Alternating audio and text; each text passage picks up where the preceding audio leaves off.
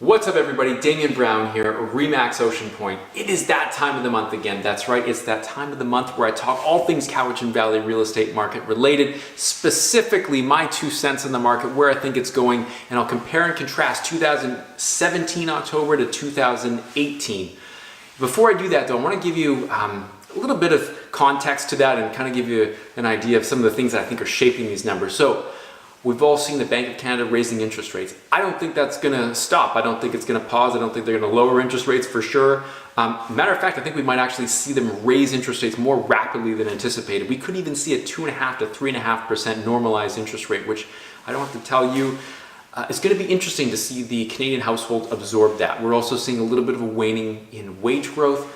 Automobile sales are kind of going down a little bit. Also interesting, you typically get a US dollar correlated with Chinese yen as of late. And I see, a little bit of a breakdown and at least some instability and uncertainty whether that's going to continue for too long. If we do start seeing more of a breakdown in that regard, US, Canadian real estate is going to look less attractive and more expensive, which, look, I don't want to be the doom and gloom because it's certainly not that way. I think the idea here is the trend is not necessarily going up, down, it's more normalizing. So let's talk about the numbers and how they're shaping up here in the Cowichan Valley from last year to this year.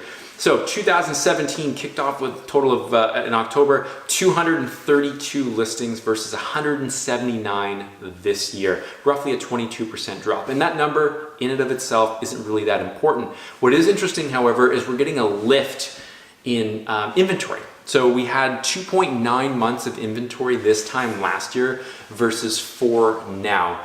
And not only having more inventory, we're also having a longer time on market, roughly a 41% increase. We had a 31-day average time to sell from list to sell last year, 2017 of October, versus 45 days now. And I don't have to tell you, the longer a home stays on the market, generally the less it gets. Interestingly though, the median sales price at the moment has stayed quite even, around 403 here in the Cowichan Valley.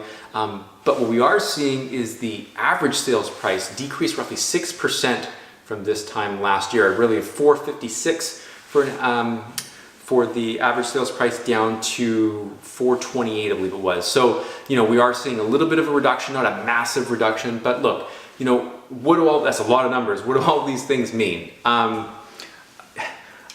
month I did a quick little graph to sort of illustrate where I think we are in the market. I don't know if this is going to show up on the camera, probably not, but basically we've got, and I don't think it is, but we've got a seller's market, a balanced market, and a buyer's market. The idea here is, we spent a lot of time in a seller's market. We are now more than dipping into a balanced market. We're sort of getting deeply entrenched into a more balanced market. So what does that mean for you if you're thinking about selling your home or even buying your home?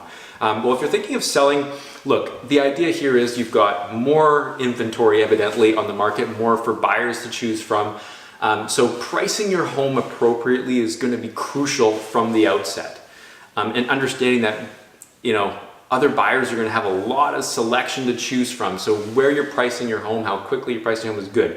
Also, finding a realtor that understands how to position your home in this current market environment, which isn't always the easiest thing. So understand that, yes, your home might be worth X, Y, and Z, $250 per square foot or this or that. But you're selling more than just a home, you're selling a location. Right? You're selling the externalities around that. So now more than ever, it's extraordinarily important to accentuate that in the marketing copy. You might be near the best 5-star restaurants. You might be close to some of the best school districts in town or in the adjacent 3 cities. You might have access, to beachfront. There could be a number of different things, but you get the idea. Really position your home and its locale in the marketing copy. Really learn how to and get a realtor that knows how to target the buyers that will be most interested. Again, you want to take the time out of the equation. So the better you're positioned in the beginning, the better you're able to walk out with the highest return for yourself. Be happy to have that conversation to see if there might be something specifically that I can do for you in your unique circumstance. Thank you so much for watching. Feel free to reach out and hope to see you in the next video. Cheers.